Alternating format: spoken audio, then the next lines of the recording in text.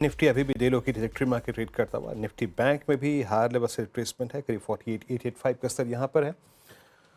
But अब थोड़ा विषय को चेंज करते हैं, और जैसे कि मैंने आपसे कहा था कि ब्रेक से पहले कि हम थोड़ा सा उन स्टॉक्स पे एक व्यू लेने की कोशिश करेंगे कि जहां एग्जिट हो रहा है। देखिए एग्जिट कौन कौन हो रहा है थोड़ा सा समझ लीजिएगा कि जहां पे कल से डेलिवरी कॉन्ट्रैक्ट्स नहीं होंगे।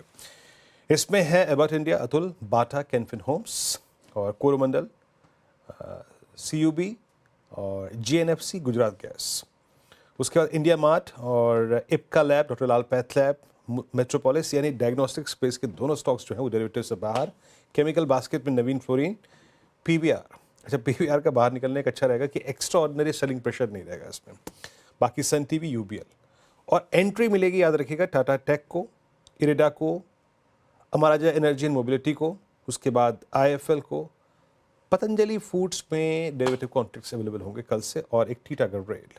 तो रेलवे, एफएमसीजी, एनबीएफसी, उसके बाद ऑटो एंसिलरी और एक इरिडा, एनबीएफसी में इसको इंक्लूड कर लीजिए, और टाटा टेक।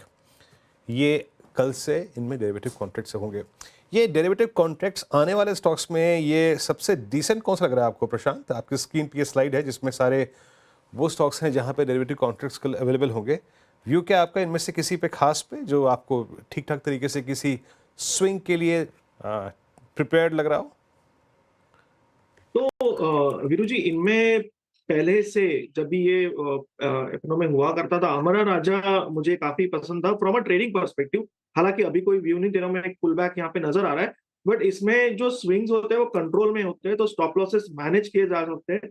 तो मुझे लग रहा है ये एक बेहतर ऑप्शन रहेगा फ्रॉम अ ट्रेडिंग पर्सपेक्टिव। और अगर दूसरा हम टाटा टेक को देखें, तो यहाँ पे भी मैं नॉर्मली ऐसे स्टॉक्स देखता हूँ जिसमें दोनों साइड पे शैडोज ना हो और एक तरफा मुंह आती हो। तो मुझे ये दोनों स्टॉक्स बेहतर लग रहे हैं, टाटा टेक को और Amara Raja, from a trading perspective in futures category.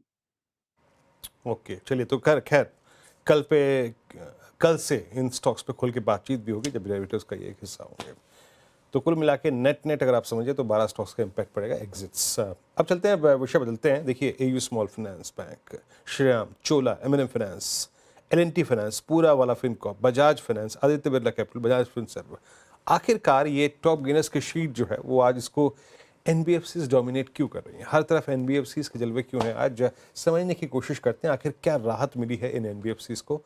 Yatin के साथ। यतिन, क्या कारण और क्या मुख्य बदलाव आरबीआई ने किए यहाँ पर? देखिए, कुछ साल पहले आरबीआई ने रिस्क वेटेज जो है एनबीएफसी के लेंडिंग को, खास करके जो एमएफआई और छोटे लोन्स थे उस पे रिस्क वेट 100% से बढ़ा के 125% कर दिया था। इसका मतलब ये था कि बैंक्स और फाइनेंशियल इंस्टीट्यूशंस को जो पहले लोन मिलने वाले थे, रिस्क वेट बढ़ने की वजह से अब वो लोन की मात्रा कम हो गई थी। लेकिन आरबीआई ने नोटिफिकेशन के जरिए अब फिर से रिस्क वेट घटा के 100% कर दिया, जो एक 25% का डाउनवर्ड रिवीजन है। ऑब्वियसली इससे एनबीएफसीज के मार्जिन्स में सुधार होगा, लिक्विडिटी बेहतर रहेगी। और अगर हम बैंक्स की बात करें तो कहीं ना कहीं जो माइक्रो फाइनेंस के एक्सपोजर्स वाली बैंक हैं, खास करके Bandhan bank, IndusInd bank, LNT finance जैसे एनबीएफसीज, इनको फ़ायदा होता हुआ नज़र पड़ेगा।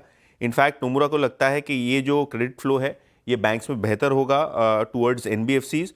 और हायर एमएफआई एक्सपोजर्स और जो बैंक्स हैं रिसेंटली, जैसे कि बंधन, एयू, इंडसइंड बैंक, जहां एसेट क्वालिटी के थोड़े दिक्कतें थी, इनको फ़ायदा पहुंचता हुआ नज़र पड़ेगा। और एंटायर एनबीएफसी पैक आपको आरबीआई के इस डील के बाद ऊपर जाते हुए नज़र पड़ रहे हैं।